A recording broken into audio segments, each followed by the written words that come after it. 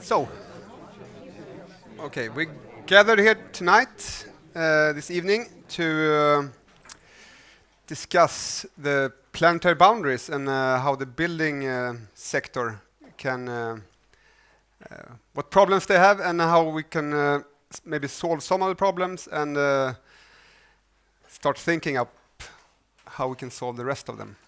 So it's a diverse line of speakers that will contribute tonight, and we will have small openings for questions, but save until I say so, the questions. Keep them in your mind, but we're going to have a few different sessions for questions, so it won't be too long waiting.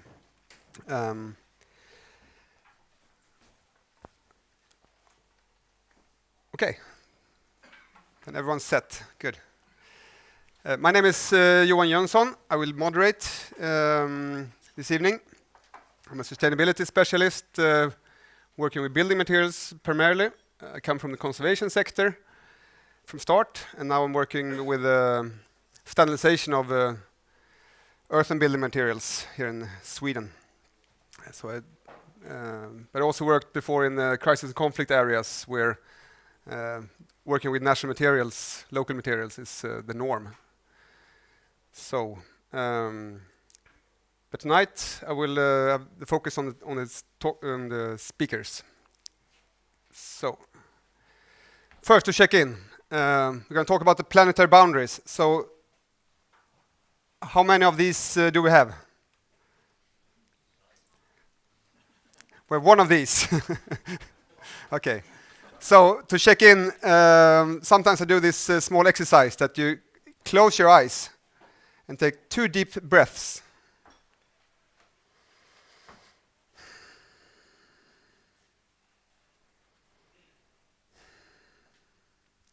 Okay.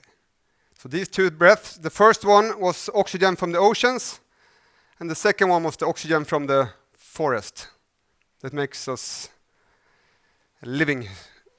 So it's good to bear that in mind when we talk about the planetary boundaries. It's nothing outside of us. It's nothing. We're not separated from this. This is part of us. So these boundaries are real. How do you treat the planet currently? You see, from 9 boundaries, 6 of them is way past. And often we talk in the building industry, it's a lot of focus on the climate change and the carbon dioxide. But as you can see, there's more to think about. And actually in the building industry, there's so much more, from the extraction of materials to the land use to the chemical load. So we have to broaden our mind to get more, to understand more of the problems we're causing. So this is the latest report from UN, Bend the Trend. It says we have tripled the amount of resources we're using today compared to 50 years ago. And it stands for 55% of the global emissions. And the construction industry is the main driver of this. But it's also the sector that can have the easiest to get better. So this is how it looks. You can see it's some fossil fuels there, but the non-metallic minerals and the biomass is getting bigger and bigger all the time. And I know it's often said in the Swedish forestry industry says, I mean, we plant two trees per tree we cut down. But actually, those two trees planted, they don't all grow up to be big trees. So currently, it's less carbon stored in the forest. Currently, it's less and less trees, you can say. And it's actually not the tree is not the focus. It's the ground. The fungi we're going to talk about later now. It's the carbon stored in the ground. But the prediction is that we're gonna build one new of these every 5 days the next 40 years. So one new Paris every 5 days. And that's a lot of material. And if we continue building with concrete and steel only, how do you think the boundaries will look after that, after 40 years? Yeah. The UN report came out. This UN report came out last autumn, and it tried to pave a road. Where can we? What paths should we take? What's important with the building materials? And then the 3 focused areas that they see as possible ways ahead is it has to have a low carbon footprint. It has to be ethically produced, and earth and bio-based materials is the future, according to UN and Yale and Global ABC. So I can recommend you look into that report. There is some projects coming up now. Reuse of materials is very popular. Here's one example where they used old flooring from the 1970s to make CLT. So if you're going to produce something in wood, then you don't have to cut the tree. You can reuse already existing. The bio-based materials are good in many ways, as you can see. The renewables, the kind of thermal insulation, and there's plenty of it, but they have some problems doing big scale buildings. It's then you have to have some technical demands that's hard to work out if you don't have something that can stand for fire, be heavy, and have noise reduction, acoustics. And that's where the unfired earth comes in. So these 2 materials should be obvious for you guys living in Malmö or Skåne, like these houses. It's made of wood and clay together. So should we just use more materials then, like clay? This is one example where you can find the clay. This is from Uppsala. This is a drilling example down to 50 meters depth, and you just clay everything. And the whole Skåne is just clay, and Gothenburg the same thing. So this abundance of the material. And this is one example of how it can look with you if you say fackverk, korsvirke, bindningsverk. This is the French modern type of it. Here you use excavated clay together with a wooden frame. This is the Toulilla Gillard architects. It's outside of Paris. They used the excavated earth from the subway built in Paris. So it doesn't have to look old just because the materials are old. One more thing to think about is I mentioned in planetary boundaries we have to plan for, or we have to understand where the materials come from. It's not just a number of the carbon dioxide on the paper. It also differs how you harvest the materials. To the left you have the oak, the cork oak forest or plantation, and to the right you can see that's a refinery, oil refinery. So the same, both of these produce insulation materials, but it will be a difference in how it affects the boundaries.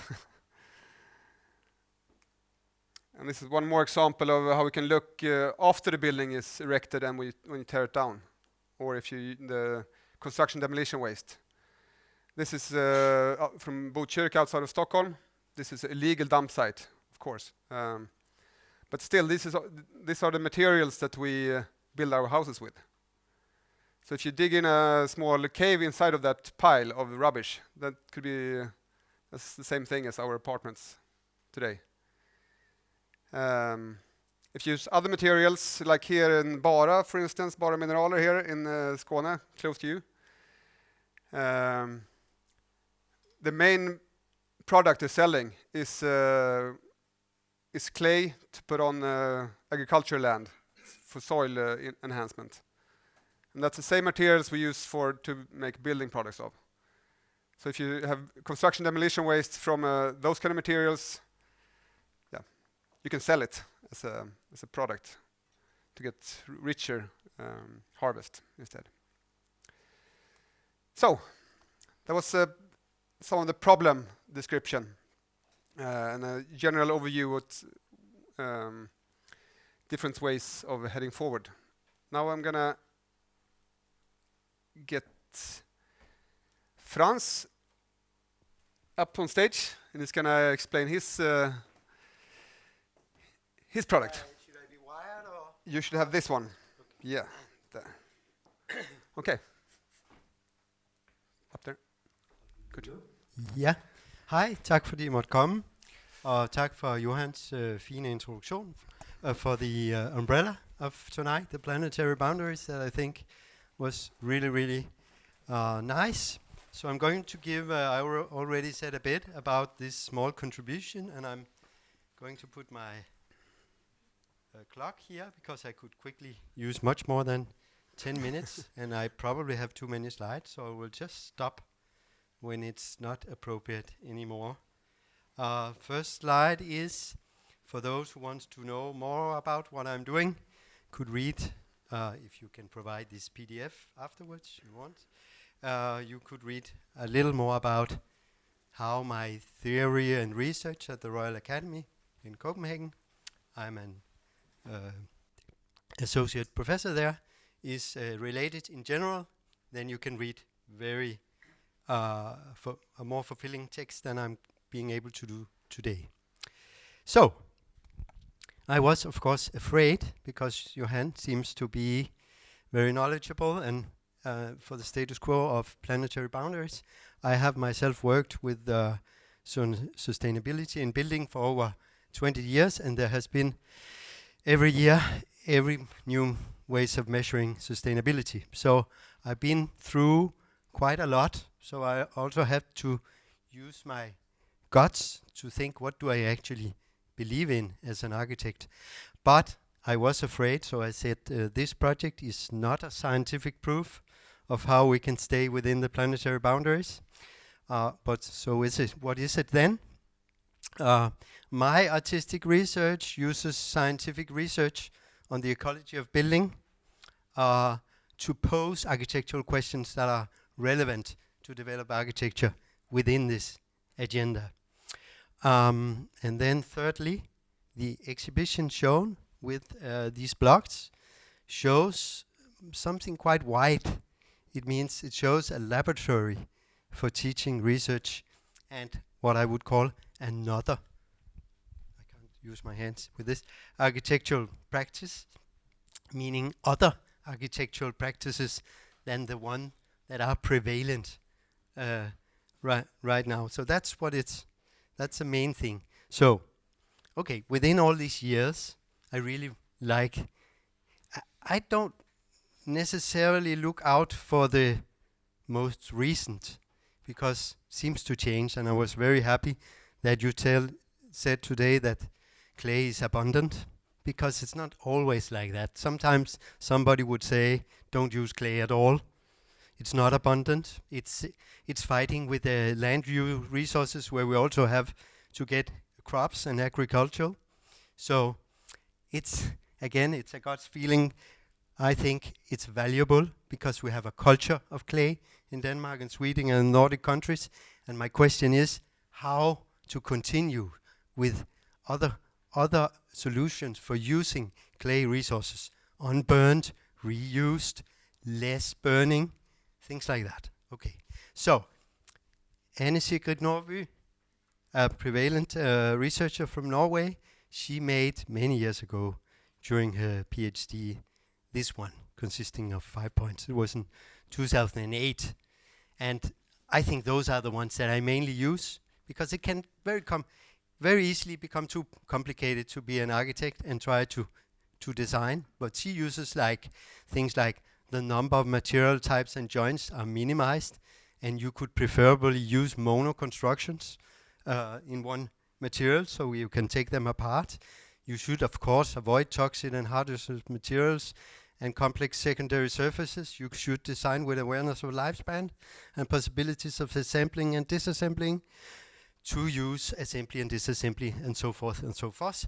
But then putting my exhibitions, for example, in Copenhagen for half a year, and here I like really much the last one also, because I've seen eco-pioneers like Jørgen Utzon, for example, working with that in his work, making architecture more tangible, more understandable. So when I stand with the installation, people will come to me and say, I like this brick.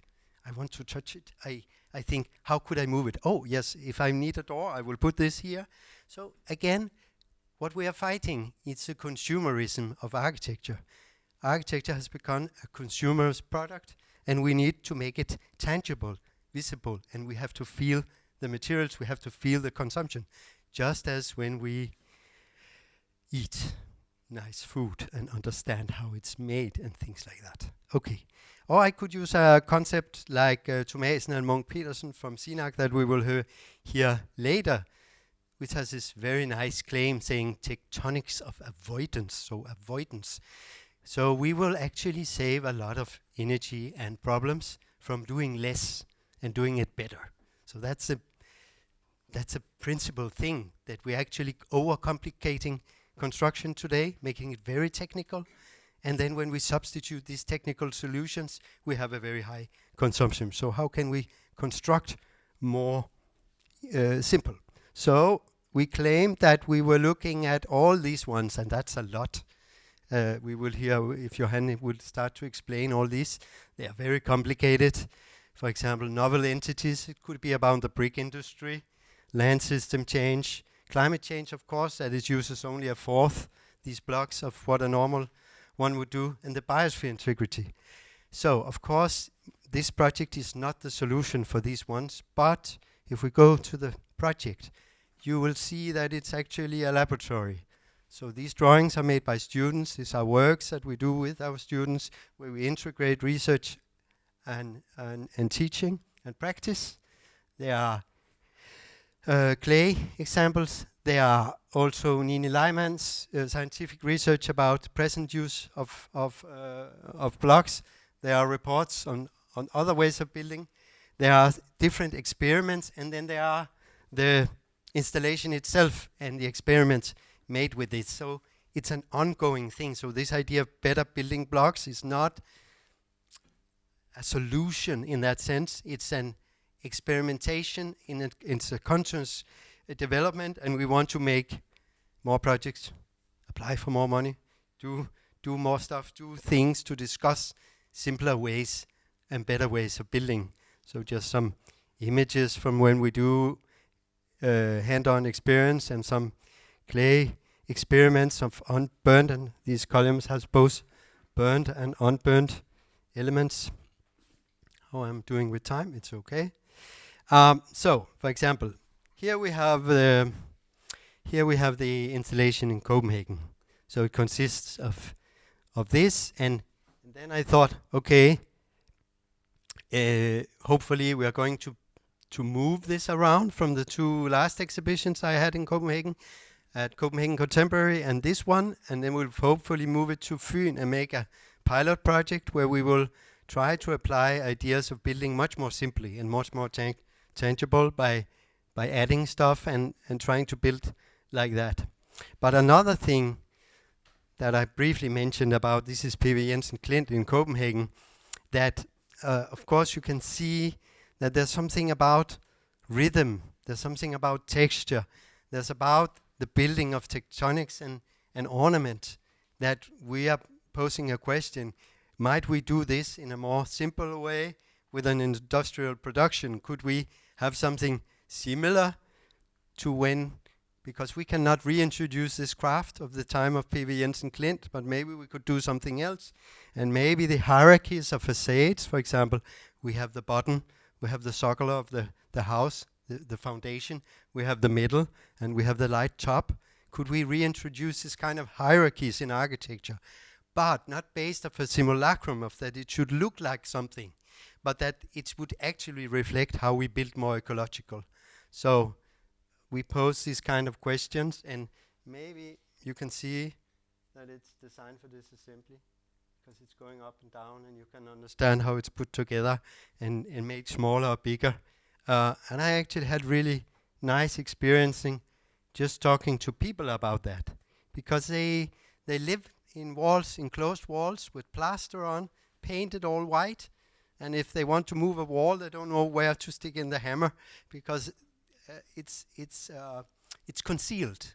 The idea of architecture has been concealed for the consumer. So could we reintroduce this tangibility and thereby being more careful with our materials? I guess this is what it's about. You can see, for example, the table that is down there. It's actually also about, I just learned, I don't know if it's true, we could call this geogenic materials, and this is biogenic materials, so from the ground and from the biosphere. So how can we unite, in your slides, what is coming from the earth and what is coming from the biogenic materials, because we know we cannot build all with biogenic materials. So how can we assemble that? So this table is actually trying to show how we, in a more rendered way, in a more understandable and easable way, could sustain this floor onto this wall, basically, again, like this. So these are some of the questions that is put, and of course, also using sociologists as Hartmut Rosa on our reattachments, so to connect us with the materials in a way so we again can feel touched, moved and alive. And this is what was also attempted with a similar construction that I did in Copenhagen last year in Reset Materials in Copenhagen Contemporary. And here are some images from that where we show hemp and nettle, biogenic materials together with mineral or geogenic materials. Yes. Was that 10 minutes? Thank you.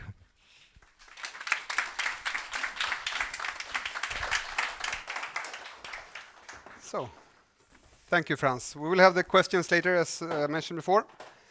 So now I will present Nina and Jacob from the Institute of Architecture and Design at the Danish Royal Danish Academy. They're both head of program in architecture.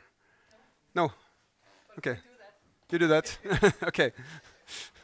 Thanks. That's one. And that's the other one. Okay. You put your... Hello, hello, hello, hello. There. Good. Okay. And our slides. Just... Yes. Yep. So yes, I'm not an architect, I'm a potter. And I run a program on Bornholm in the Baltic Sea in crafts, glass and ceramics. And Jacob is? I'm an architect and a program leader, head of a program. And that's my, please go back. Yeah. So Let's our begin. project is about the aesthetics of crushing old material. And it came from this awareness, especially also in my students, about where the materials come from. So when clay is dug out, there is like an assumption that it will grow back into the hole. Our students, they didn't know that it went away if they took it out of the ground. So that's how it actually started, to also be very aware of what we use of virgin materials. And this is the picture from Holmen, from our exhibition, and also some of it is exhibited here. And here, yeah, thank you for having us in this lovely place. Yeah, this is, digging up clay and never seeing clay coming back again. So that's the starting point. Planetary boundaries. And here we have like the project start. It's taking down tiles or bricks from old houses and crushing it in a little lab crusher that we bought on Bornholm.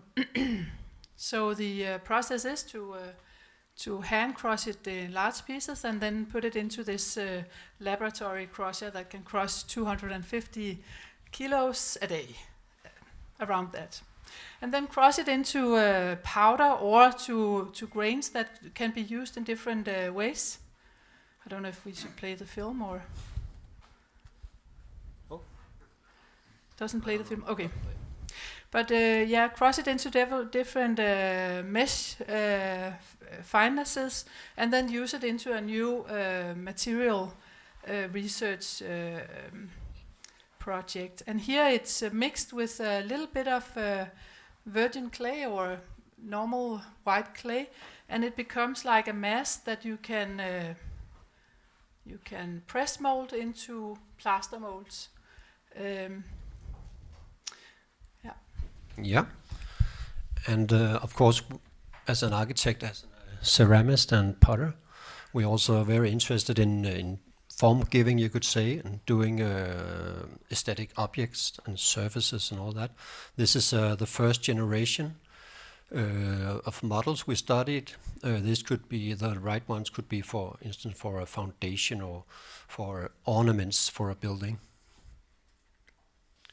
Here you can see Nina making a new mold for tiles. Oh, a little bit too quick, sorry. Yeah, just have to check this out.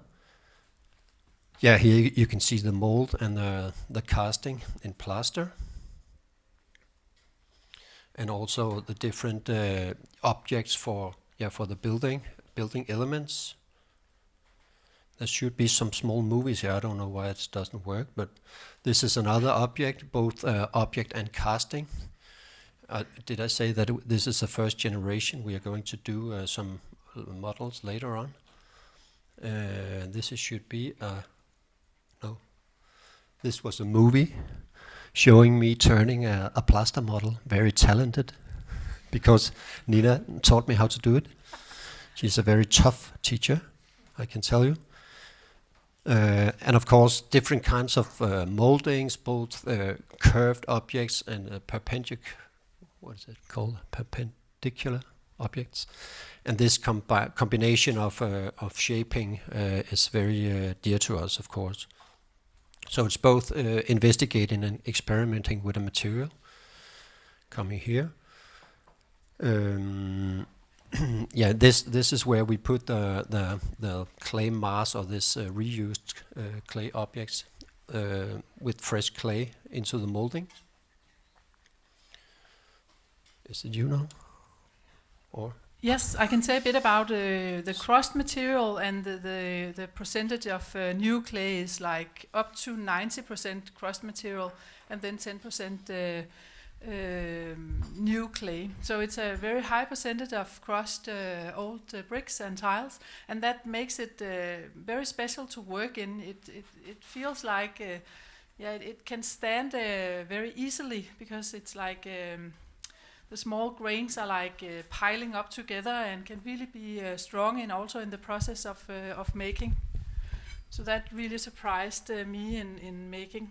And here to the right, you can see an example of 50-50% crushed and 50% new clay. So we have this variety of different percentages in the clay. And what we are looking for is the surface and how the aesthetics are presented in the surfaces. So not so much about the actual CO2 calculations and stuff like that, but more like aesthetics before going into a second generation of products. And here you can see it's almost 90% of the used tiles.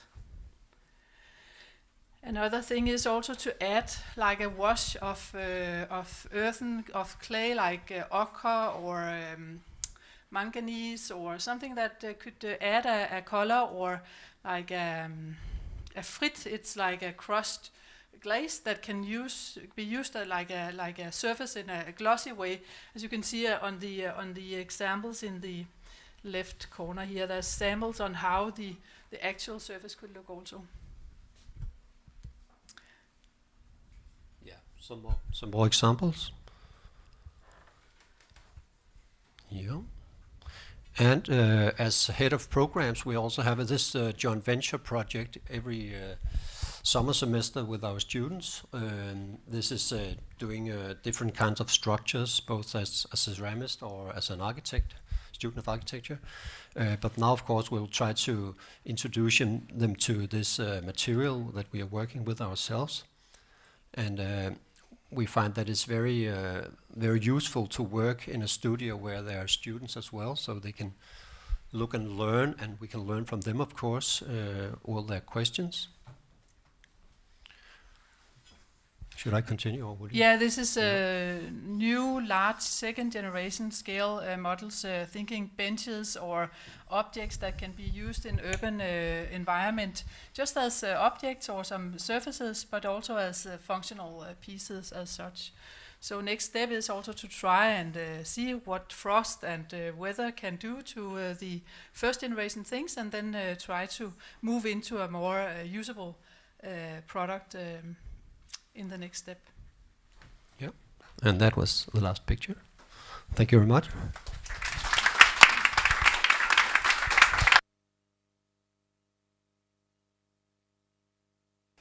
Okay, thank you. So next one we have Flemming Tvede Hansen, PhD, Associate Professor at the Royal Danish Academy, and Isak Vorre. Fugen. No, so it's you. Yeah.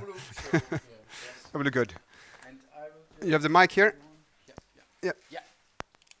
Okay. Thank you. Yes, and you can hear me. Yes. So we are presented, and I'm going to present this thermotester project.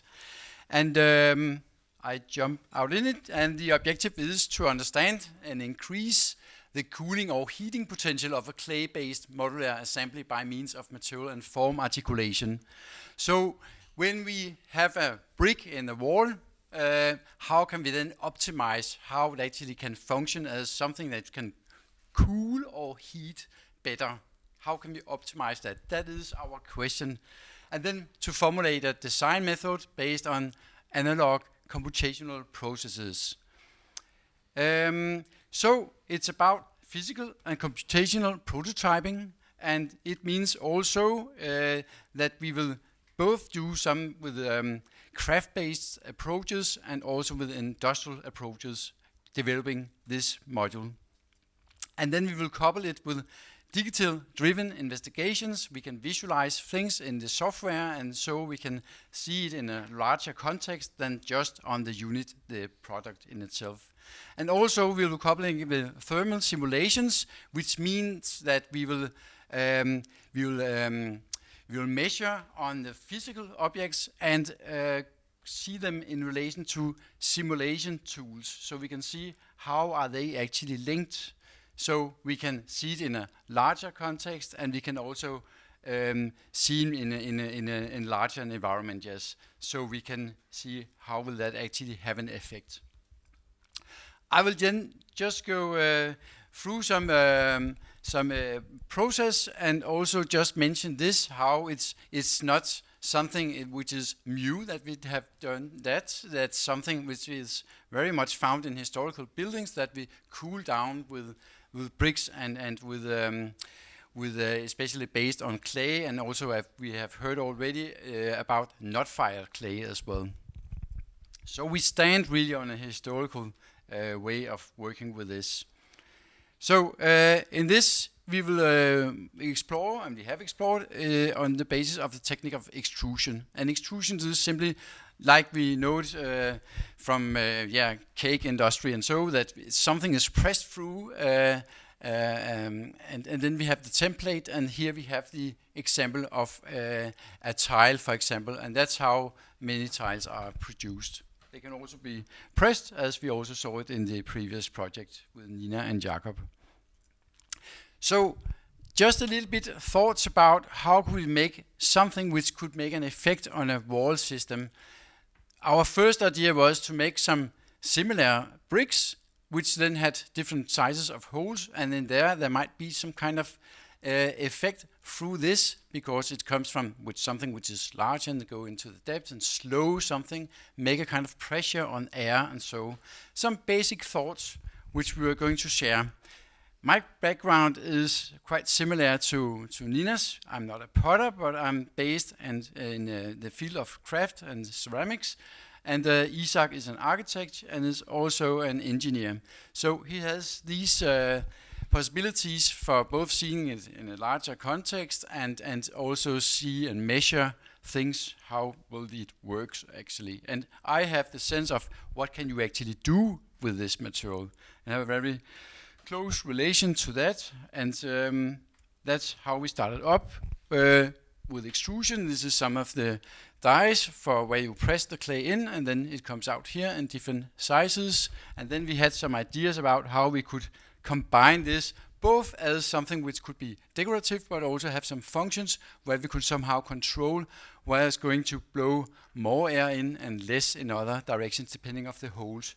Some basic ideas about how can we actually control airflow through a wall. As also seen on this one, that we could actually have different sizes of holes in the depth as well. But as we might always know, clay is plastic. It has some plasticity. You can press it and so. And compared to this system here, it might be very rigid. It could be actually be developed for not fired clay. You can say it's very stable and it's very thick building blocks, but it's also somehow a kind of heaviness building up a system like this based on free. So that's how it came for us as a revolution, that we could of course just simply press this extruded object so we have a smaller holes or larger holes, or control them as something which is just like a line or something which is closed, and so in that way we could actually do it in one step instead of having 3 in the depth, 3 tiles. So and that's what you also can see in the movie. Let me see if this is not. I don't know. It should also be the movie, but maybe you have seen the movie. It's quite similar to what we see here, that it is extruded and here it's pressed, and there we developed the system for actually twisting the objects. So here are some basic examples of where the first part is extruded. It's some basic industrial production ways of doing it, that you simply extrude, and then we can do the twist.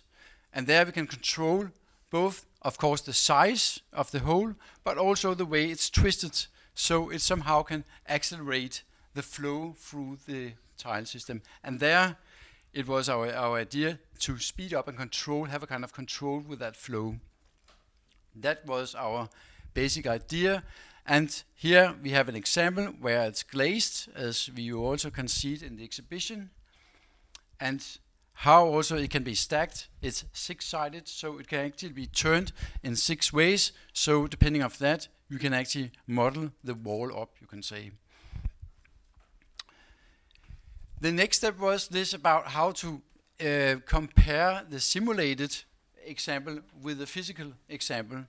And here it's about measuring how heat is actually when it's exposed by the solar, by the sun, and here the simulation tools. And these kind of calculation we had to, so we could compare them. And also here by flow, this was just how it was exposed by heat, and also measuring flow, how would it actually change the flow through a tile like this when it's coming with this speed of air here, and when it goes through this brick, how will it change the flow? Will it speed it up? Will it slow it down? What will it do? In that way, we had some basic measurement for identifying how can we actually combine the physical objects with the simulated. In that way, we could foresee and see how would it work on a larger surface. And here are some examples of how, if it was not twisted, what will the calculation then be if it was twisted and not twisted. So in that way, we could actually overview and see how they actually had an effect when we were comparing these examples. So, and then again imagine if it was a larger wall, and again if we changed the way it was twisted from one area to another area, how could we then control a wall system on that? So, yeah, so that is what we see in the exhibition down there.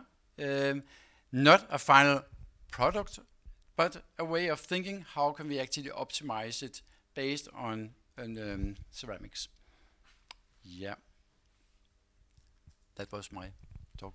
Thank you very much.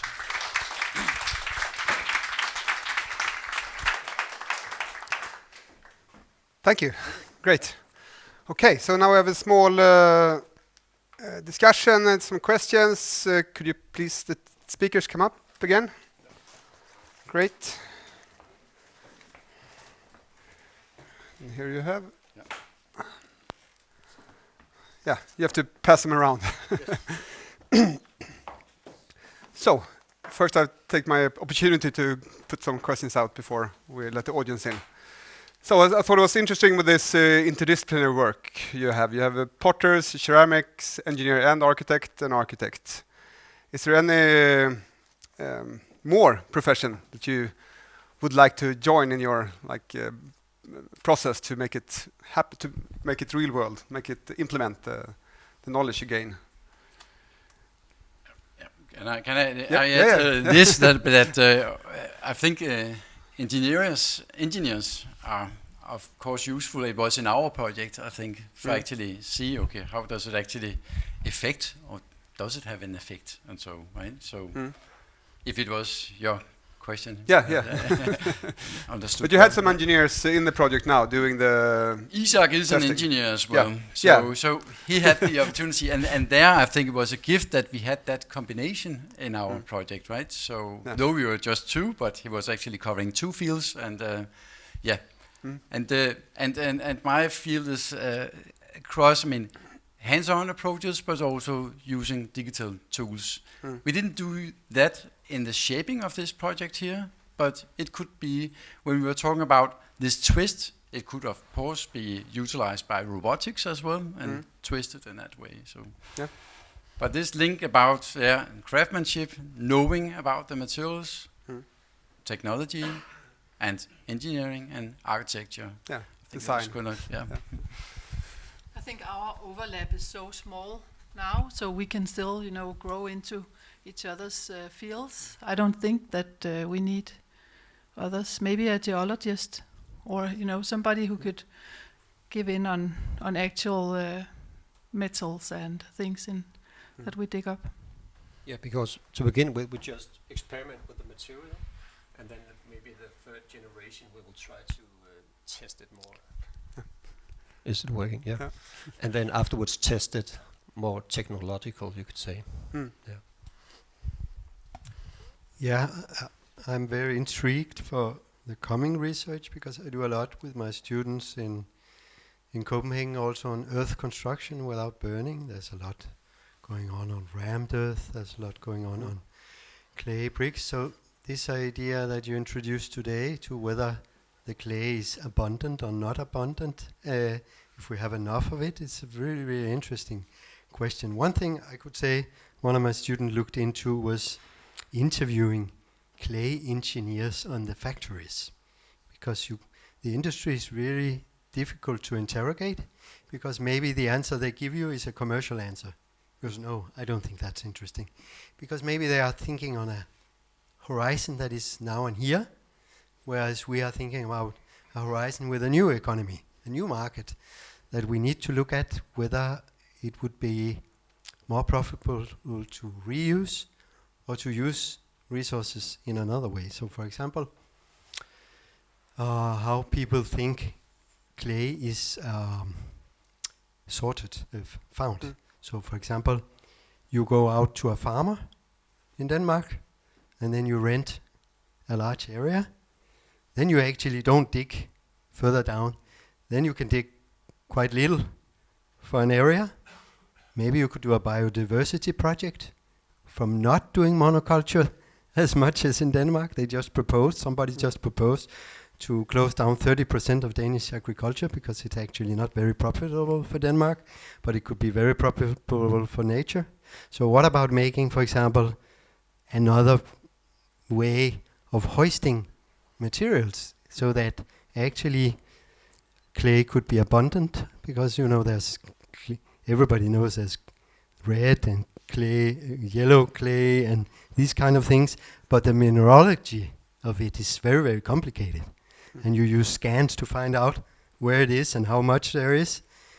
And there's not really very clear knowledge about that because it's provided by the industry, and the present industry doesn't work in the way that it should work with it. So You need a geologist, as we Yes. said before. Yeah, that Exactly. could be one thing. I know that the Swedish Traffic Authority, Trafikkontor, they have 8 million tons of clay every year. They don't know what to do with, and the Danish have 15 million tons. Not all that could be building materials, but maybe something. Yeah. And I usually say the biggest problem with using earthen building materials is it's not the earth, it's not the clay, it's the sand they put in it.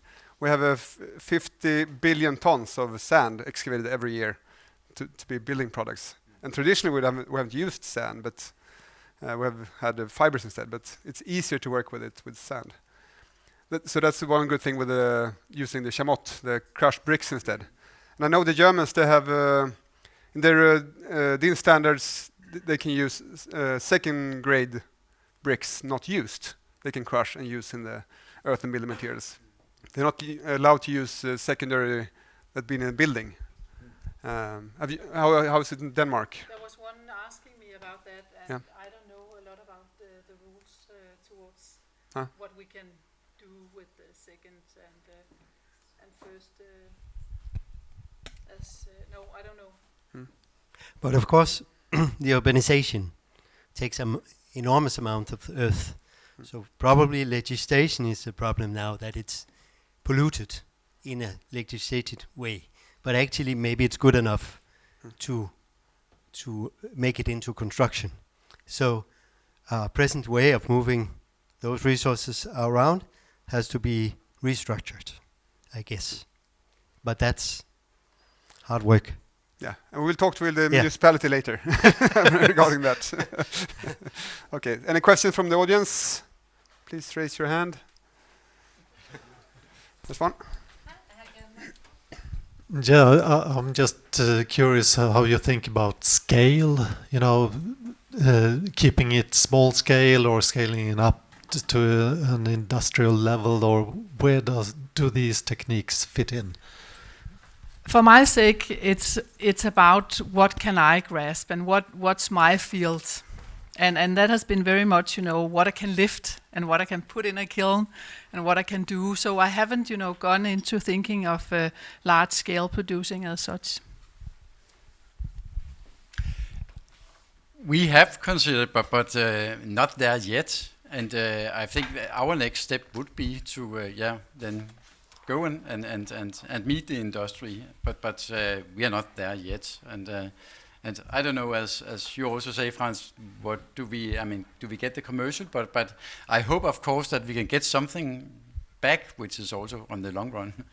But we're not there yet. I agree with Nina. We will do haute couture objects. Okay, so of course, through working with sustainability, this is the question, no?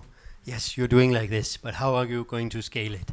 So it's a very paranoid kind of question, because the whole modern concept of scalability of everything has led us to where we are. This overproduction idea, this idea of maximizing and things has strangled the production near to us where we live. So it's very, very flexible. Of course, again, you would always, if you have a good idea, want to scale it.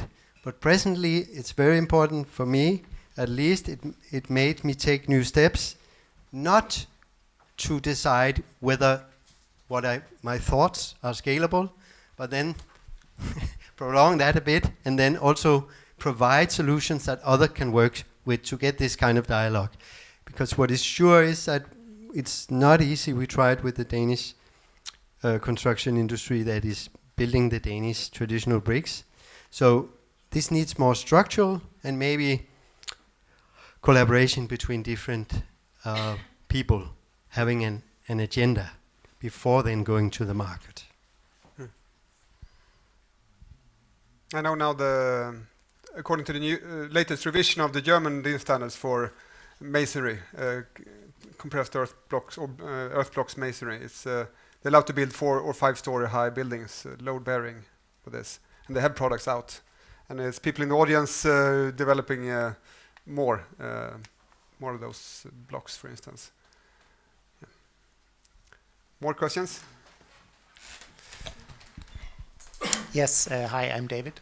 It's interesting to hear you talk about kind of the scaling up, and of course, we can't avoid scaling up. I think we use 60 billion tons of concrete in the world in the construction industry. So if we want to replace that, we have to scale it up. But I also think it's really interesting that we talk about kind of a very conventional way of looking at material in the construction industry in terms of, yes, of course, sand is limited if you want it in graded, standardized, specific quantities, and the same for clay. If it's all kaolin clay of a certain purity, it's quite rare. But if we look at traditional ways of building, we didn't adapt the material to our system. We were actually looking at what material do we have available, here. So we adapted the buildings, we adapted the building techniques, and I think, that is the key to how we're going to do this. We have to start not expecting every material to be perfectly performing in doing, but we have to actually understand what can I build with here, and not kind of try to ship it around and standardize the material. Yeah. And that also adds to the placemaking and the whole storytelling of it, and the cultural history of the area. And we've Hello, my name is Joar Nilsson. Very interesting point, I think. I'm a thatcher myself, working with both in reed and straw roofs, from my point of view as a craftsman, I don't want more experiments or more projects or more like that. I live in this. I'm doing it. I'm hands-on, and I think you have a really great point there. And if you think of like the 50s and 60s in Sweden, we built a lot of houses, and I think nothing is perfect with these houses, but a lot of people live in them. So if you give I think personally that we have to regulate and give the building industry the boundaries, and say you're only allowed to use natural materials, for example, and they have to solve this, find solution for it, and it will not be the perfect houses, and we cannot focus on building the perfect houses. We just build something that is possible to live in and not damaging the environment, just as you had an excellent introduction. So if we want to take and meet this challenge, we cannot focus on a perfect solution. We have just to go out of the laboratory and work on the give the boundaries to work with the industries and let them find the solutions. That's just a thought from a perspective from a craftsman, from a thatcher. I completely agree. I don't know, maybe, for example, the research Lykke is going to show after, I think it's very relevant for this kind of thing. How are the standards taking us away the possibility of building in ways that have been perfectly suitable for or sufficient for a certain environment, because we all have to build by the same standard, for example. So this is one way. One project, very beautiful now, made with rammed earth in Luma Arles in Arles in south of France. We had it. It was shown in Copenhagen this summer, and the director said, talked a bit about how it was made possible to build because it didn't comply with present norms. So I looked into that and asked them, and then they said that there was, fantastic, we don't have that in Denmark, there's a Ministère for la Transition écologique in France, and they have made some guidelines for guide de bonne pratique, so that they could approve building that is not yet able to approve, to get the next step further before all standards are changed. So unless we have this willingness, unless we take these risks, we cannot, by present status quo, make these huge changes that we need in society to make a green transition. Because the standards themselves will take us away from building closer to the ecological challenges, I would say. That's good with the arts and like architecture. You challenge the norms. Then every 5 years there's a revision of the standards, and you can apply things then. One more question. Yeah. Jörgen Kodbots here from SLU Alnar. What I find very interesting in everybody who's talked so far was the word industry. And I think it's super interesting to see all these ideas developing and the different kind of approaches. And the fun thing is that we just had a conference a month ago about agri-build, so agriculture-based building materials, where exactly the same materials came up on the palette. And after that, on the workshop, we tried to find out what is wrong. Why don't we have these materials all over the building markets, and why don't we use them more extensively? And what came up everywhere was the word industry. So I would like to propose to everyone who sits here, because I'm certain that no Skanska and Peia Benensis people are sitting here. So why is it that the industry is so negative when we have already existing materials on the market, anything from layer, so clay sheet material, industrial stamped earth, building walls and things like that. So why don't we have that in mainstream architecture? And I would like to ask everyone to really think about this and bring it up later on if you have solutions. Thank you. Yeah, you started to build now outside Hyllie. It's starting to be industrial, but with the straw and maybe clay as well, and wood. And we have some actually representative from the big like Skanska here tonight. So we're gonna mingle here in just a few minutes. Is it time? Yeah, it's time. The last question then. But please mingle on after that and talk. More time to discuss afterwards as well. Yeah. So we will have latest one. Yeah. Mine was actually going to be a follow-on to your point about. We had this question earlier asked, who else do we want to collaborate with as architects and makers and craftspeople? And I think the answer is always for architects, we want to work with the people that are paying for the projects that we're doing, the people that are commissioning us, because all these projects are wonderful. We're all going to leave today with so much inspiration, but tomorrow when it comes to convincing whoever's paying us to do this, that's always the crux of this problem. Ultimately, and I think your point was crucial. That how do we begin those conversations really, and how do we get those people into the room? I'm glad actually to hear that there are people here today from Skanska and the big building companies. It's the only way that we're going to be able to solve the enormous problem that we have. Yeah, I know in Germany there's an organization called FNR that's they got funding from the agriculture department, just trying to evolve building materials from leftovers from the agriculture industry. So something similar could be one thing here. We can help each other form that maybe. So, but now we will have we have to stand up. I think it's kind of warm. We just mingle around for 15 minutes. I think. Was it? 10 minutes. Get some drinks, get some snacks, and mingle, and then I call you back up again.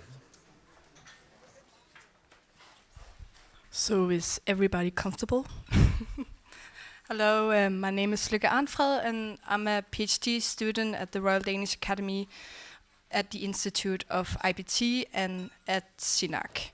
And I will talk a long time today, 2 projects, and the first one is not by me, you can say. I was a teaching assistant on it, but it has been a large amount of students who has been making all this work.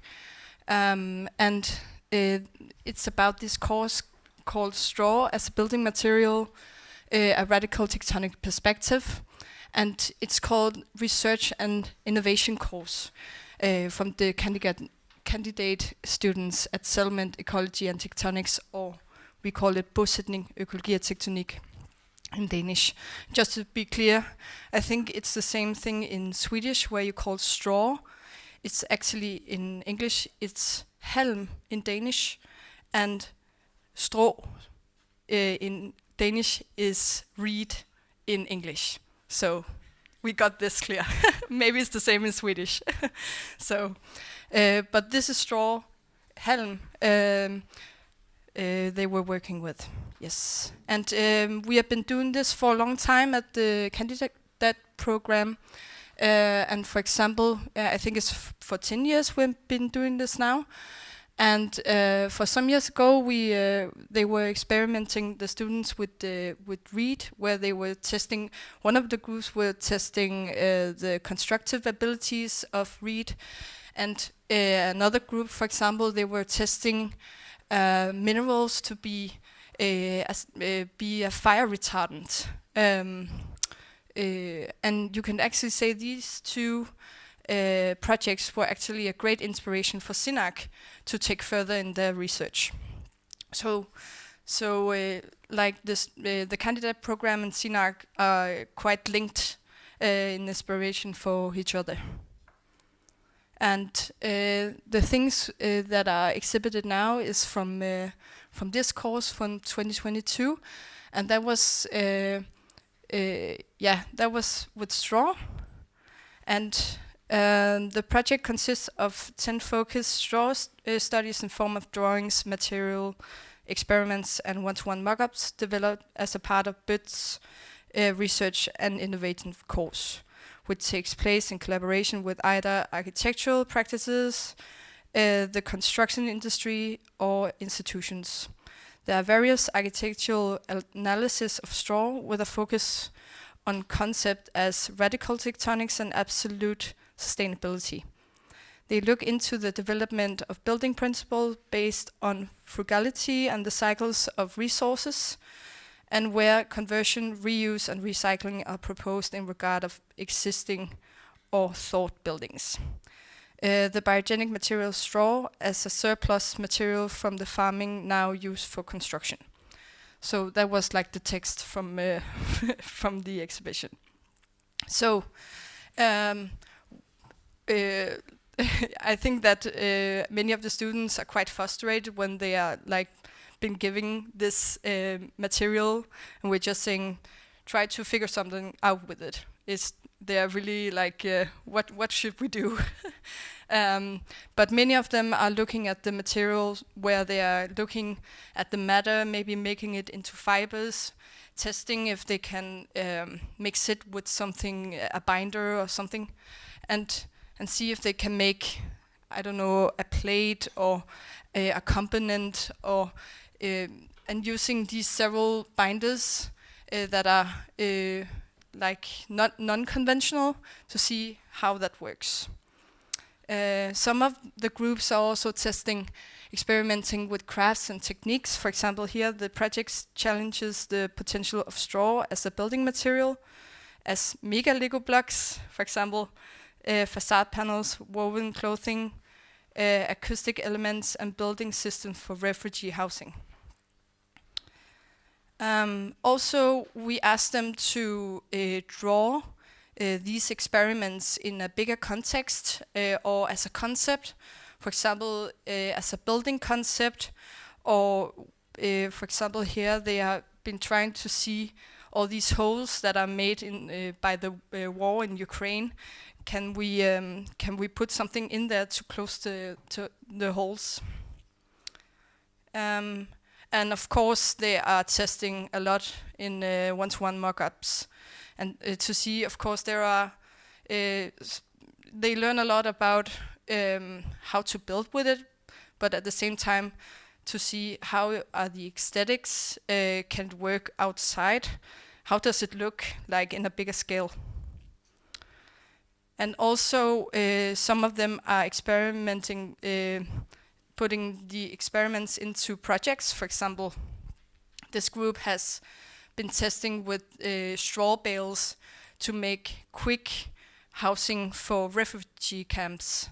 And the other ones are testing these facade panels that were here. They are testing them into a bigger context, and also the last one, they were trying to draw how they use straw as an insulating material.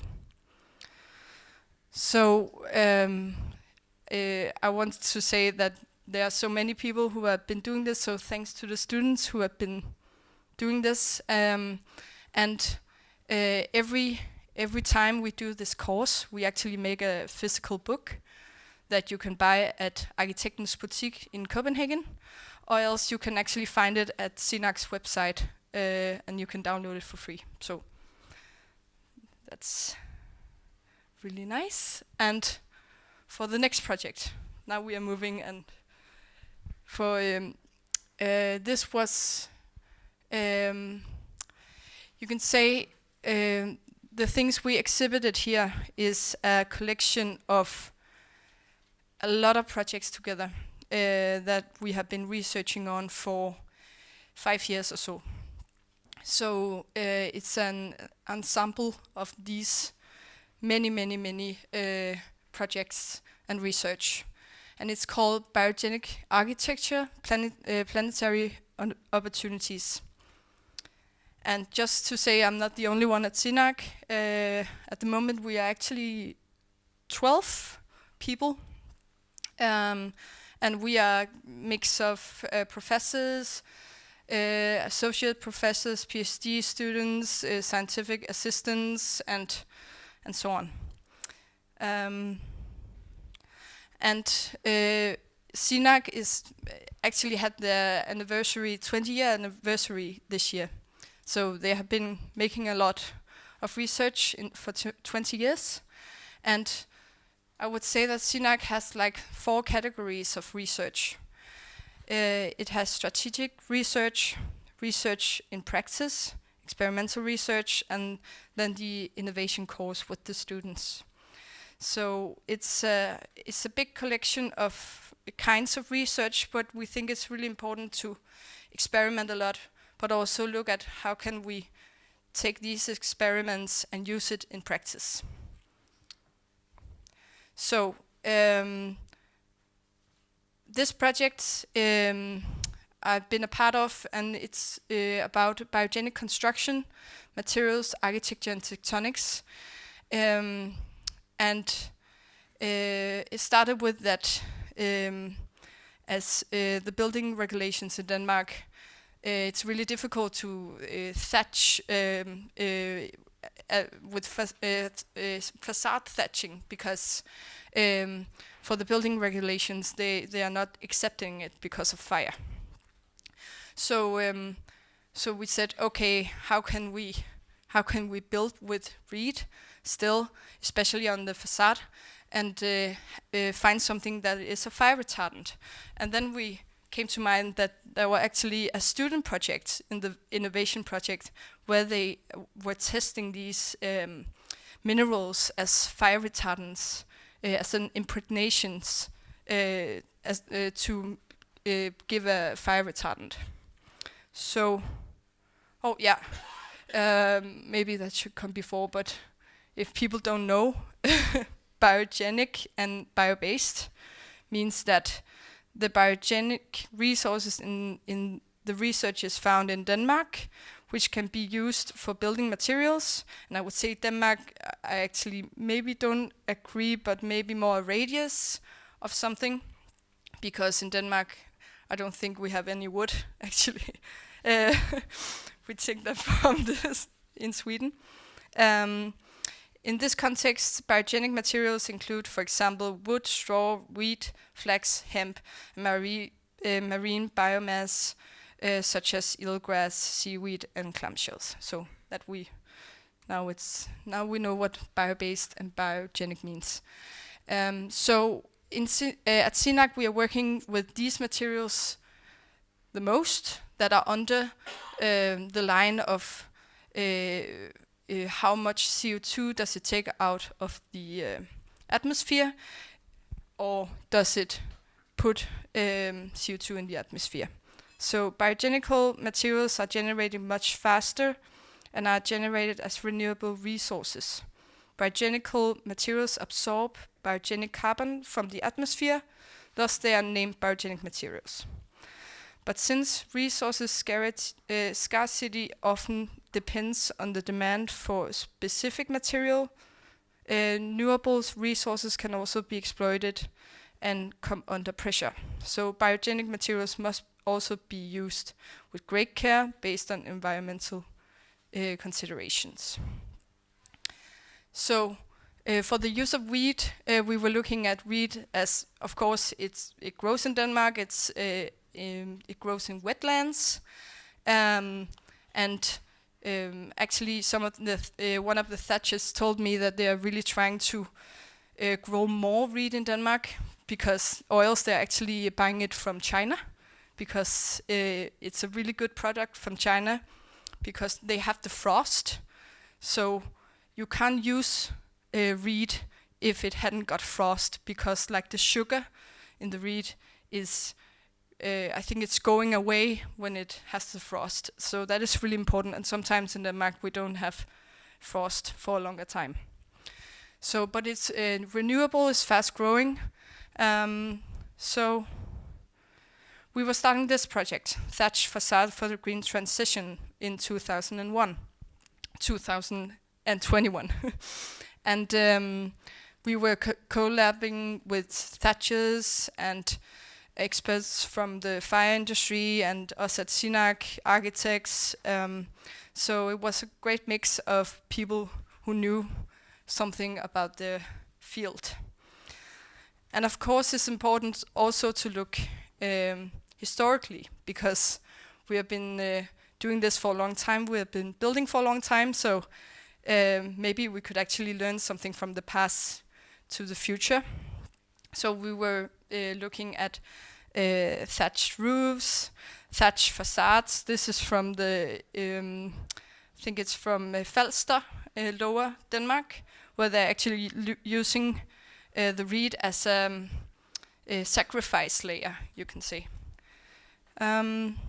So the first test, we were having 16 tests, I think, mini tests, where they are making this corner, which are implicating the corner of a room where fire grows the best, has the best conditions. So we were impregnating these small tests with all sorts of lime, clay, horse dung, anything we could figure out to use. And we were fire testing them. And then we could see that there were especially 3 options that were really didn't burn well. There were these 3. So we said, okay, let's test this in a bigger scale. And the thatchers and Lasse, who knows a lot about clay, he came and impregnated it every time the thatchers made like a line of thatch. He came with this, I don't know what this tool is called, but spraying it with clay. And also we put it like for every meter, I think, we put it a clay plate in the facade to make like a fire stop, so the fire couldn't travel so fast. So we were testing, and it was really fun to see it all burn. And you could, they said, like the experts as DBI, they said that this was really, really good, because you can see the time. This is 30 minutes, and this is the development of the warmth of the fire. And it develops really quickly, and then it just goes like this. And that says that the fire is not developing. So that was really good, and we were really happy about that. So how do we build these from these tests?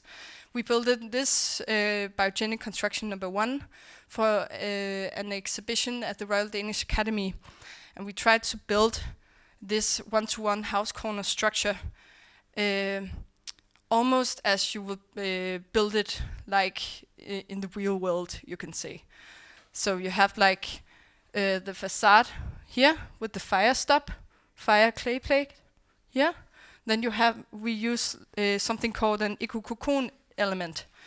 That is straw insulation with a wooden frame, and then a wooden fiber plate on the back.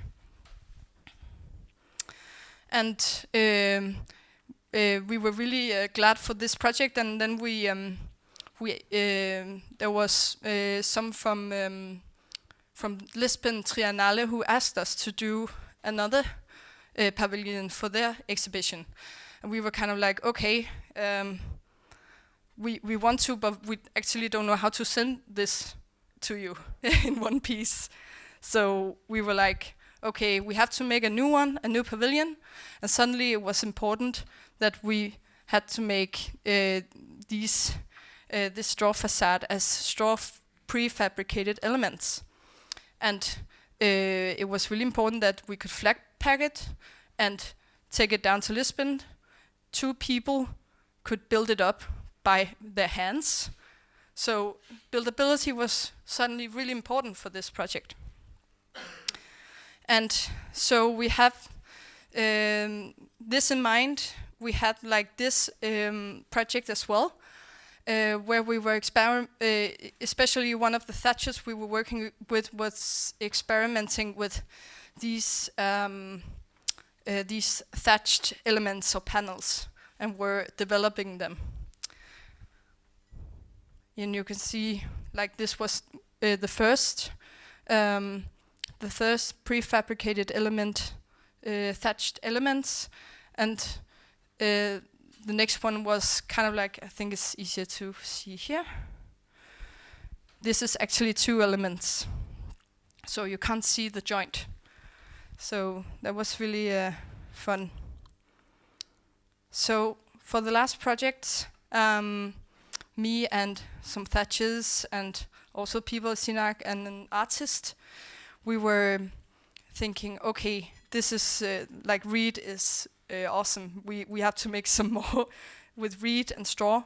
So we were part of this exhibition or project with 10 other or 9 other teams, and we were Team Straw.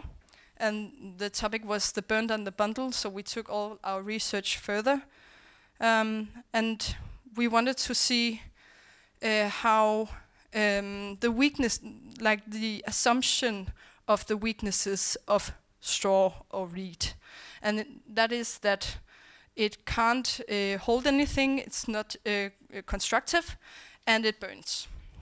So we were kind of looking at these bundle motifs, like the thirst form they get when they are harvested. And also we were like, similarly with the project at St. Kierkegaard's Plads, we were also testing these straw panels to see if the thatcher, Laura Feline, could thatch this panel without any metal. So she was using something called a helmsimer to thatch it, and it actually worked really, really well. So there weren't any kind of metal in these panels. And you can also see here, it's kind of like old school, how you did it back in the days.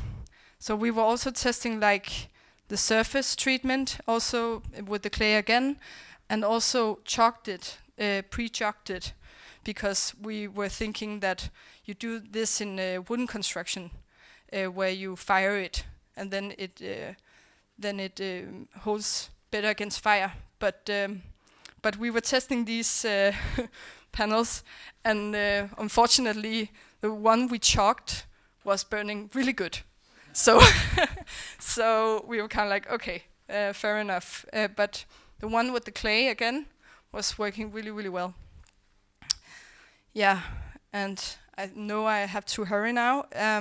So also looking at how can we use this as a constructive material, and we were just like having fun, but in Iran they're actually making these great halls in bundled reed.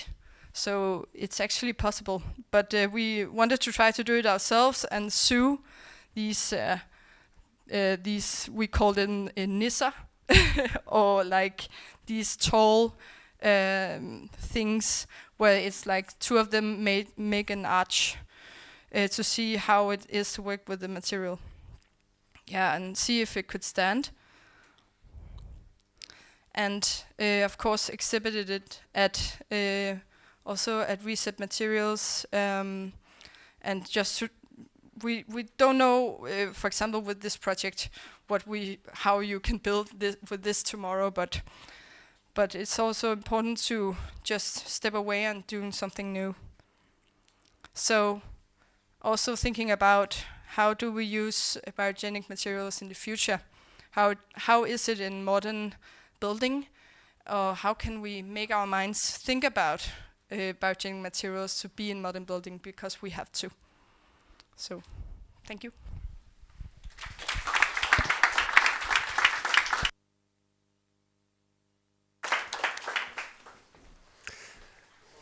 So, thank you. Excellent. We'll have the questions later. First, we have one more speaker, Phil, coming up. Will explain about his work with fungi. Lovely, thank you. Yeah. Is there a timer? No, we have maybe that's the timer. Yeah, it's standing there. Yeah. So I'm just going to start off by, well, firstly, it's wonderful to be here, and lovely to see so many of you here on such a sunny evening. I'm going to start by framing some of the issues related to the planetary boundaries. And this really relates to what has been discussed over many, many decades now to do with cultures of utilization of materials. And here we see from Cities for a Small Planet, Richard Rogers in 1996, talking about the issue that we have in terms of take, make, waste economies. And this is really one of the key drivers for why it is that we're exceeding the planetary boundaries. The proposition here is, could we start to think about a city that starts to become more circular? And of course, circular economy is one of these strategies that we've been talking about for many decades as one that would allow us to start to operate within the planetary boundaries. But the reality of our circular economy is that we actually have a circular gap, and that gap is actually widening.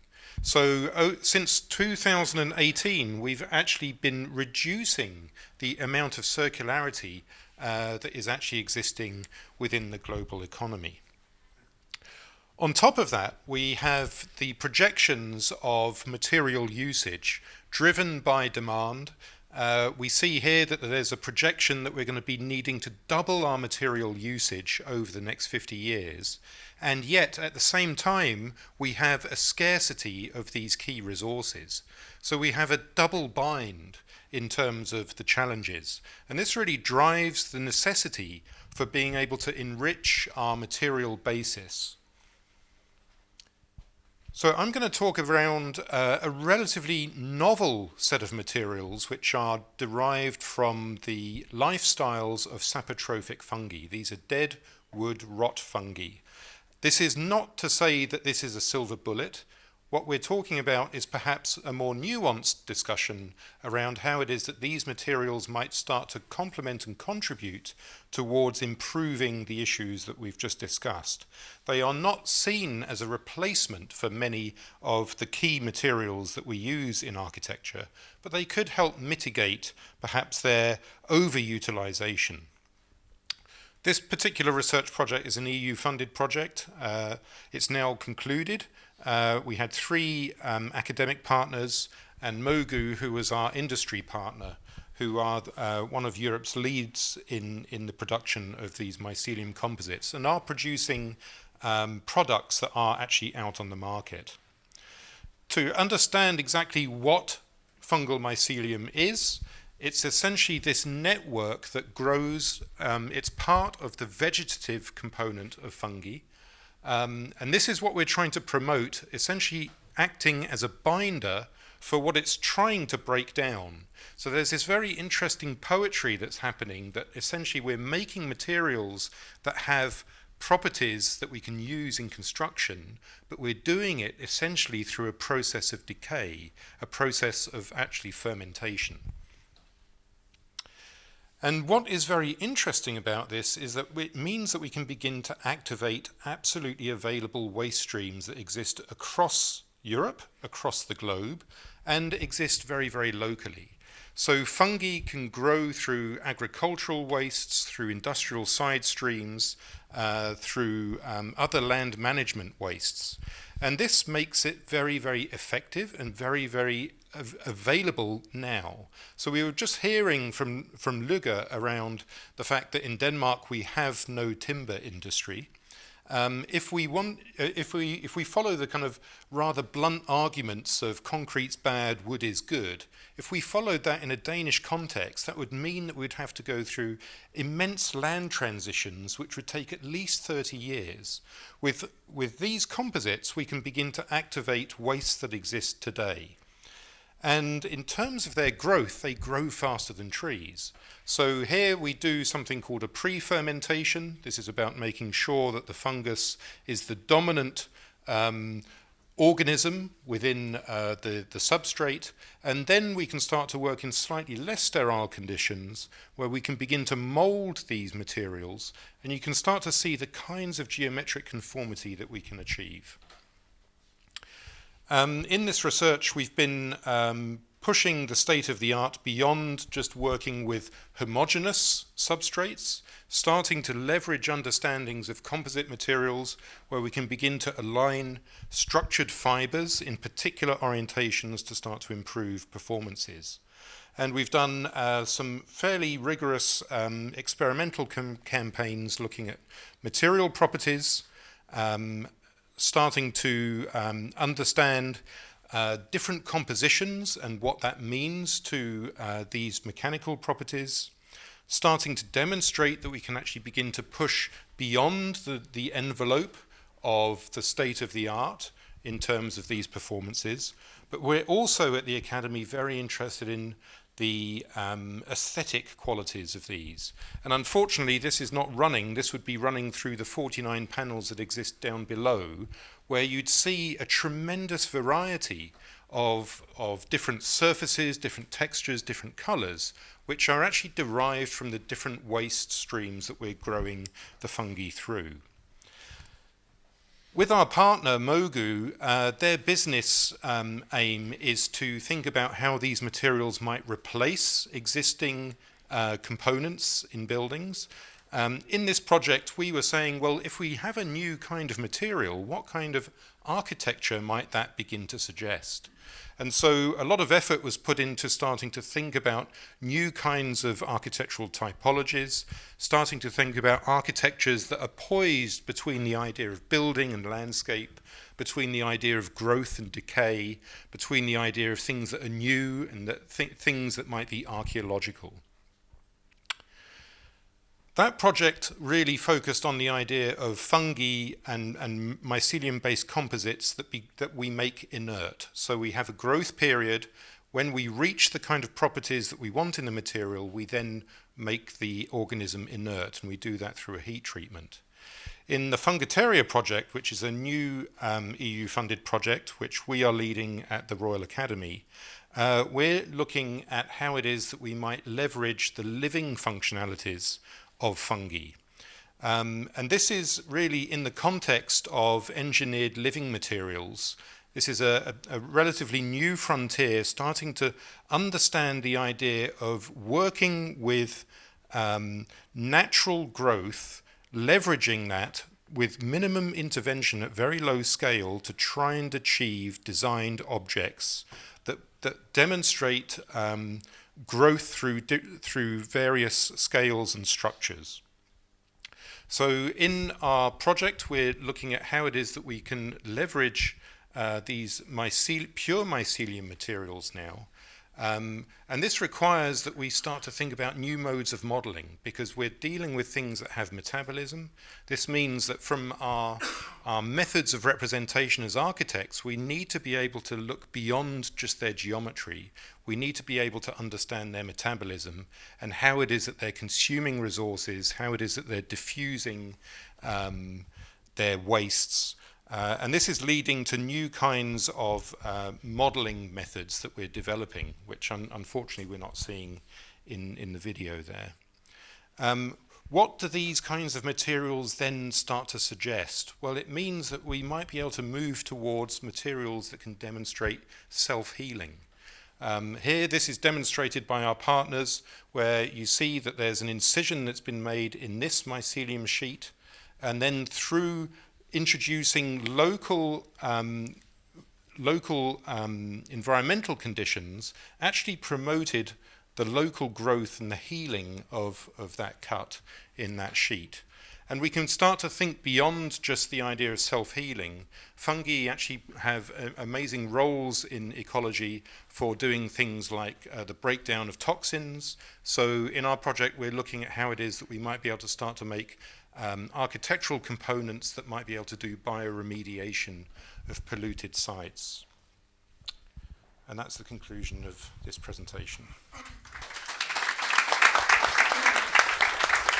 You can stay here, and please come up, Rebecca.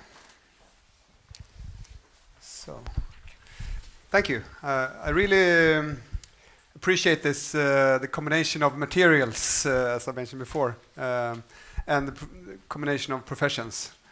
Have you done any trials with the combination of mushroom, fungi, or mycelium together with other materials? The combination,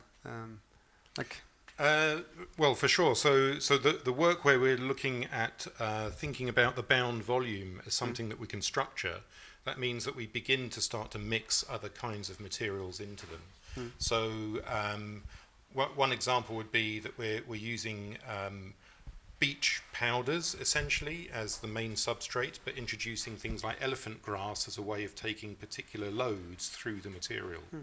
But there's also a lot of research happening beyond us in the world of mycelium-based composites, introducing things like clays, introducing things like glass, powdered glass, introducing other elements like fiber optics that start to open up all sorts of new kinds of material potentials. Really, we can start to think about the idea of the mycelium simply as a binder, as a matrix that could be able to hold all sorts of different kinds of materials, but also potentially components. Yeah.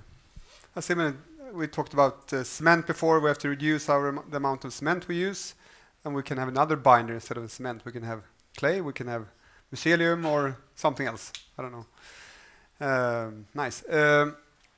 I was thinking about this facade with straw and clay. Have you mixed anything into the clay to make it more waterproof? Or I know there's products now like facade clay plaster that you can buy as a product in Europe.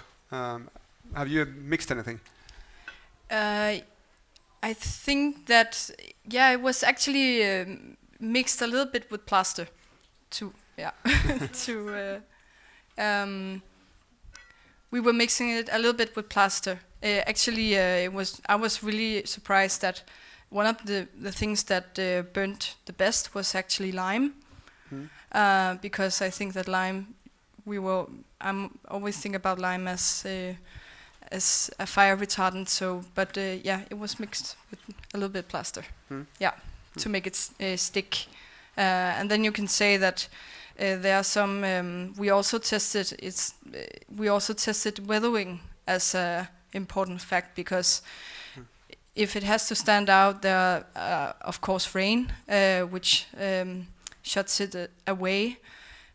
So now we are actually testing for a new project to put the clay plaster inside the holes of the reed, so you actually don't see it. So it's only like maybe 1 centimeter that burns away, and then you have the clay plaster to stop it. Yeah. So where's all the bees gonna live then? Yeah. Now also interesting to see the combination there. Sometimes it's you can build locally with the local materials and have it locally.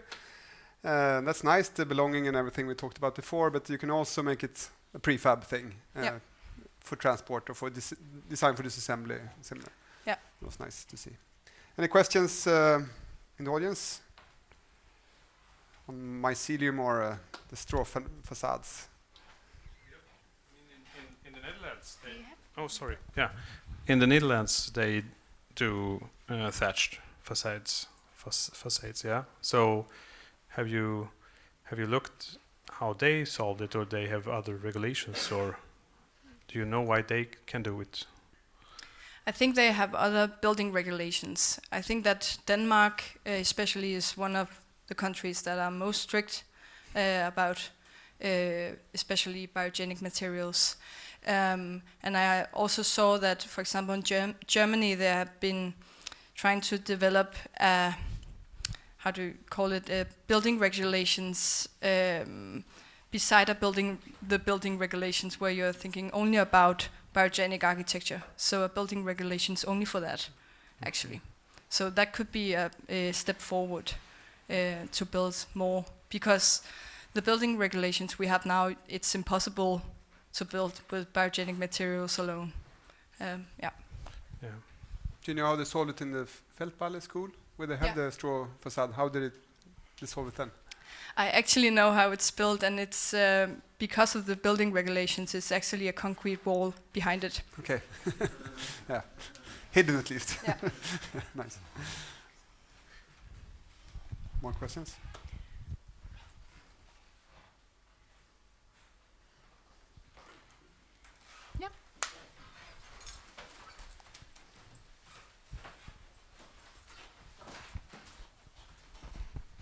Hi, my name is Ole. I noticed in one of the slides when you started your presentation, the expected expansion of fossil oil was next to zero, while everything else was expected to be used like double within 60 years from now or so. And noticing that, I've been wondering about plastics, which is kind of something that is scaled up without anybody here wanting it. But it still exists. So you know the expression, if life gives you lemons. So I was just wondering if anybody here, all the speakers, etc., have any ideas on how to maybe not burn the plastic, since it is kind of a coal sink or whatever it's called. It's still in a shape where you can keep it for 500 years until you have sorted out something to do with it. So instead of burning plastic, is there anybody who knows a technique to build with it, or without being hazardous to environment? I'm aware that there are people, say, at the Aarhus School of Architecture that are investigating the idea of reusing plastic.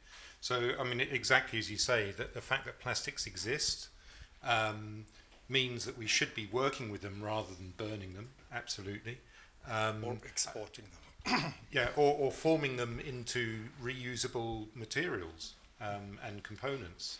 I think the trouble here is the different kind of modes of processing that might start to lead towards environmental degradations, leachings of chemicals that exist in them, these kinds of issues. The kind of, rather than burning them, there's research in looking at how fungi might be able to break them down. And things like even edible, very local edible mushroom varieties like Pleurotus, oyster mushroom, are adept at breaking down hydrocarbons. So this has been fantastically demonstrated actually by Paul Stamets, where he was invited to compete against other forms of remediation of oil-based waste. And within, I think it was a space of about 4 weeks, the Pleurotus pile had decomposed up to 80% of the hydrocarbons and there was already evidence of a kind of blossoming ecology starting to happen in that pile. So I think there's kind of a lot of potential in looking at enzymatic activity as a way of starting to deal with our plastic issue. Okay, thanks. One big issue with the plastics is the sorting of it. It's easier if it's one type of plastic to handle, but now we produce the consumption we have and the production we have, you mix all the types of plastics and you don't sort it, and then it's harder to find the right mushroom if you don't know what plastic is. There's some like the Coma wall sheets, for instance, that's only made from milk, Tetra Pak. That's one way of sorting it. I know some children's toys are also made of, like in the US, they have the plastic milk jars. They're only made of that plastic, and that's only one type. Then that's easier. Otherwise, the recycling of plastic is always a problem. I've seen this the compressed plastic blocks they build with as well, and that could be an interesting solution, as long as you know what kind of plastic it is. Yeah. Any more questions? What should we go for next? Yeah. Okay, thank you.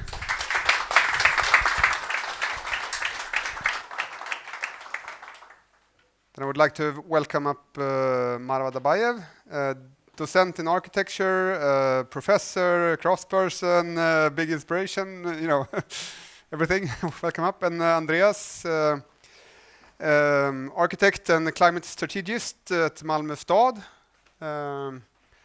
among other things. Old colleague of mine as well. So, I was just in, yeah, this is yours. Sorry. Just thumbs up there. So first I'm curious with your knowledge and experience. Is there anything here today that you got new ideas from, or thought-provoking or similar?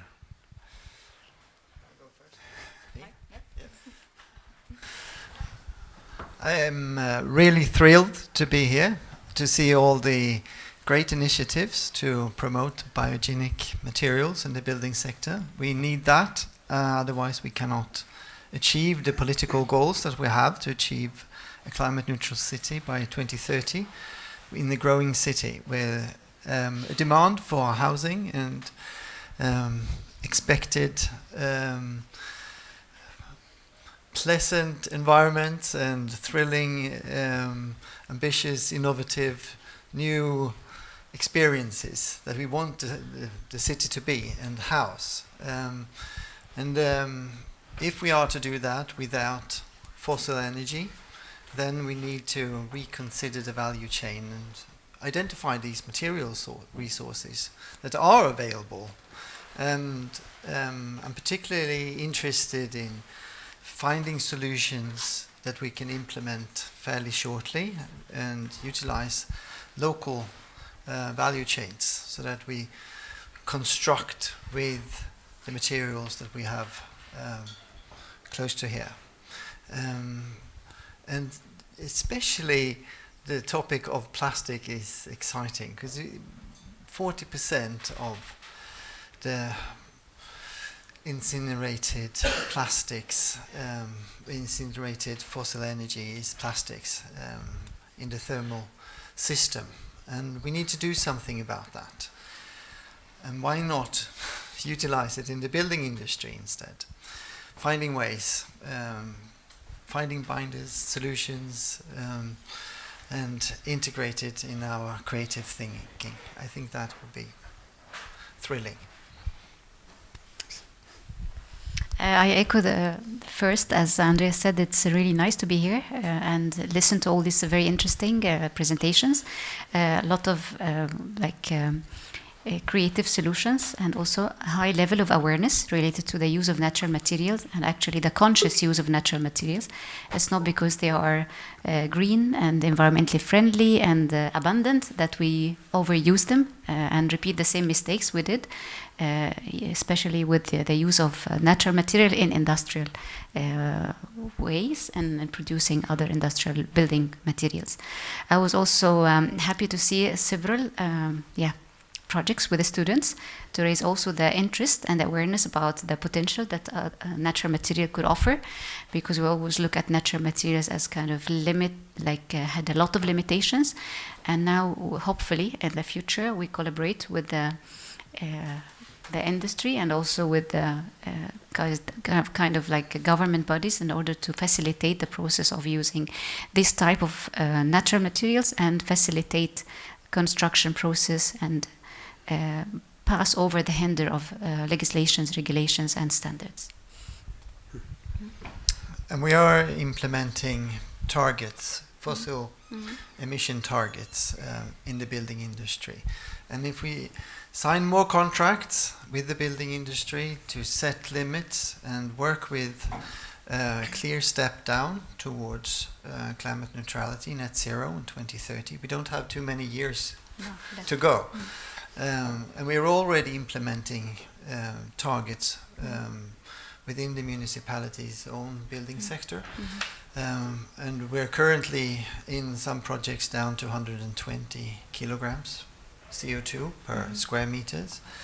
And we're steadily going down, which means that we already today have limits on using fossil energy heavy materials like concrete or glass or steel. So it's happening, and we're moving towards utilization of biogenic materials in the way we're implementing the transition. I'm thinking for a project that's being formed now, it takes at least 5 years until you erect it, and in 5 years or 8 years, it's going to be different demands, and that's past 2030. How can we make it happen quicker? You talked about the regulations. You have started. How can we form the regulations? I know excavated earth, for instance, that's have some problems when it's called avfallslera. Then it's suddenly a problem that it didn't have to be. So now I have the academia and the municipality here. How can we implement this? From my point of view, I believe in intention agreements, that we need to find streams of resources that are big enough to get the market going to meet that demand. If we have an intention agreement to build on a larger scale, then we will have competition in the market with these new materials. And the competition will make the market work. That's my hope. I think if there is a demand, there will be a change. We have seen it recently when there is a huge demand on using clay, for example, then the change started to happen. People start to think like, we have to change the building codes, we have to change the building standards, we have to actually equip our young generation architects and engineers and builders and others to design and build and know how to use this kind of materials in a modern way, because we cannot use it the way that we have used it in old times. We can learn from it, but we have to adapt it to our kind of needs. I was interested in one of the comments here that old buildings are not sufficient for our contemporary needs. That's true, but there is a lot of things that we could do in order to make the best use of our era we are living in now. We have a huge advancement in kind of even like software simulation to test before we risk and build, and to see how we could develop this kind of technologies for our conveniences. Like this building was the best in its time. It's not the best now, because in old times they don't have projectors, they don't have this strong lights that produce like this huge amount of heat. That's why just open 2 windows, having cross ventilation was the best cooling for their needs. But now with our new demands, with all this kind of standards also, like this building will not take LEED or BREEAM or whatever kind of standard that we have. However, if you test every single component in it, it performs way better than a concrete building that's constructed for like next door that was constructed in concrete. So it's actually, in order to push this kind of movement, we need actually to raise again the awareness that this is what we need for our now and for our future in order things to move super quickly. And we need also to educate the young generation. How many of us now, if you get this opportunity, if there is a need and you get the opportunity to design and build a building using reeds, using clay, using straw, how many of you honestly would be able to do it? 1, 2, 3?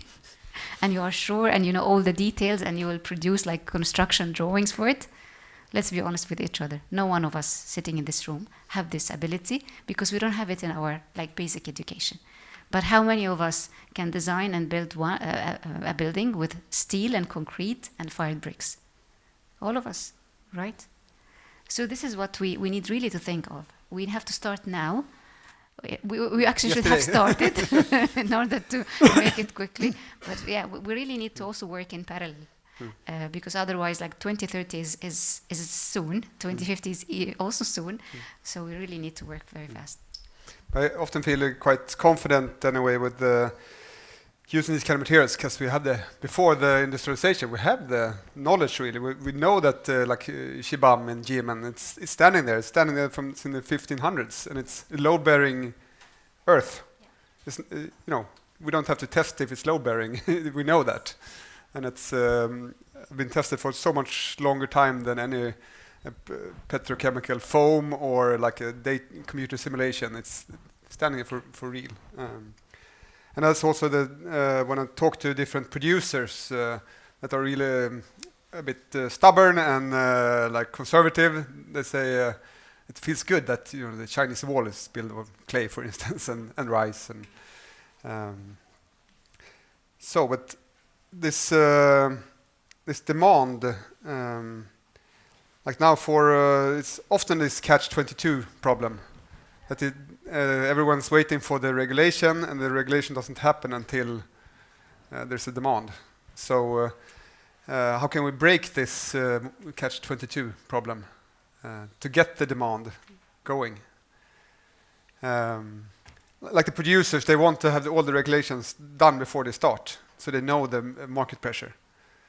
But they want to invest until they have the market pressure. You understand my question? I understand your question, but can we resolve it? I'm not sure. But I'm aware of the problem, and this is the chicken or the egg. Yeah. And we are locked into a system which is already oiled, greased, established, well running. And how do we stop it? Maybe we don't have to stop it. Maybe we can somehow face over and learn from each other and find these financial streams that will make it possible to build an industry around local materials. But how do we get there? One way is to have a forum of developers talking to each other, and that's part of the work that's been done in the local roadmap 2030, where ideas are shared in between the developers who have signed up for climate neutral buildings. That could potentially be a way to agree on solutions that are trustworthy or that seems realistic to scale up or to choose on a larger scale for offices, multifamily housing, for large-scale construction. I have a fantasia idea. Like it took us a pandemic to understand there are a lot of possibilities that we could do in short time compared to before that we thought like it would never be a possibility. So I think we need a similar catastrophic event to happen in order to understand that it's possible in a very short time to produce this standards and change the laws and regulations. And it's not rocket science, as we have done it before, so why don't we speed up the process of doing it again? And also we need to make it possible for us to strike and say, like, we are not going to design the same way. We don't want to be that, like, business as usual. All the students have to demand that we don't want to have all these courses and curriculums in only just the industrial way of designing and building. All architects have to also say to their clients, we are not going to design with this kind of polluting, energy-hungry solutions. And the contractors would say, like, we are not signing any contract if we are not only using this kind of climate-conscious material. So it has to happen somehow, and it has to be forced. Thank you. Because otherwise we keep, like, repeating the same mistakes on and on and on. And why we have to do all these kind of proofs, like fireproof, for all this kind of natural material, when concrete don't suffer from the same dilemmas that to prove, like, it's fire safe.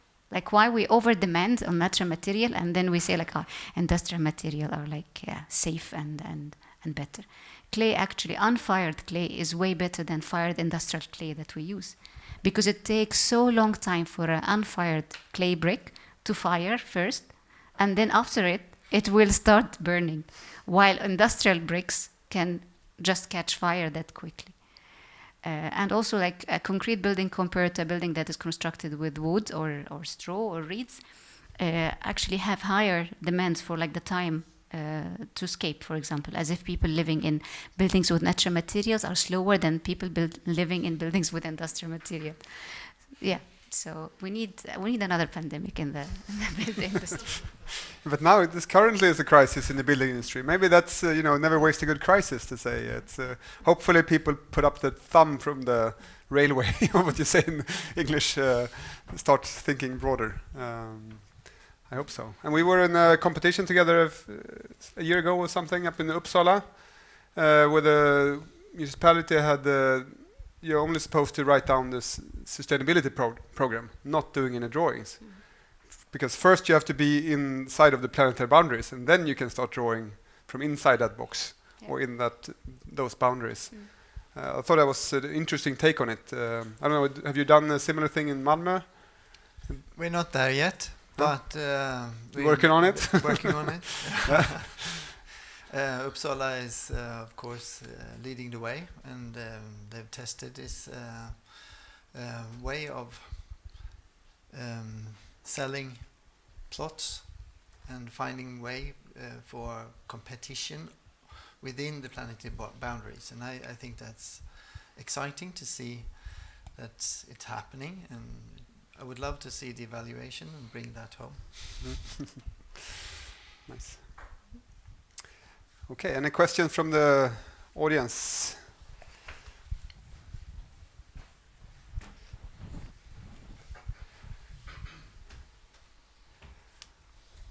It's late in the day, but we have two excellent deliverers of answers here. I would just like to know, because you spoke about these agreements that you have set up. And that 2030 is 6 years away. It's terrifyingly close. And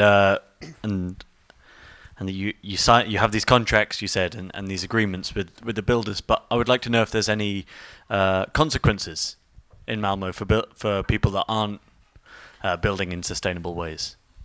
I don't know if my microphone is gone, because we know that that there's two ways to make people do things. It's if they're going to make money, or if they're going to get in trouble if they don't do it properly.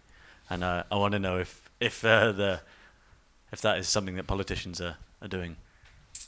It's not easy for a municipality to do that. So government level, there is no. No, we don't get any support from the government in that. This is based on contracts with the willing. So if we have an agreement that we have a political goal, and we have an actor that says, I'm going to do it, then there's the marriage, you know? But then I guess we had the Paris Agreement, and we've absolutely shot Yeah. Well, yeah, I think it's nice to talk about trust. I also don't trust. That's true, but yeah, it's that's the only way we can work. I think it's really interesting, this the system chain. You have to have all the links in the chain for it to work. So it's really good with this LFM30, for instance, so that it's different actors. It's not only one politician saying you have to do this, or like a builder saying I want to do this. It's a collaboration. Yeah, we need to find ways to collaborate all through the value chain and make sure that we have contracts and back-to-back agreements that will make sure that we deliver on these targets together.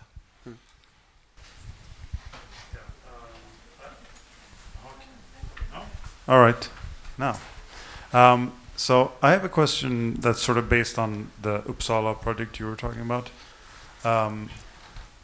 Do you guys see any problems with, or have any solutions to the fact that with the like increased environmental demands, you also have these sort of like additional layers of bureaucracy and sort of that sort of really support large organizations that have dedicated people who can sort of like make this sort of wordy appeals about stuff and really go into using the right terms instead of sort of supporting small actors that might be actually doing stuff. Like here we have a lot of craftspeople, and can we get out of that bind, or like from the municipality especially, like maybe it's not a problem for everyone. Do you understand my? I understand your question.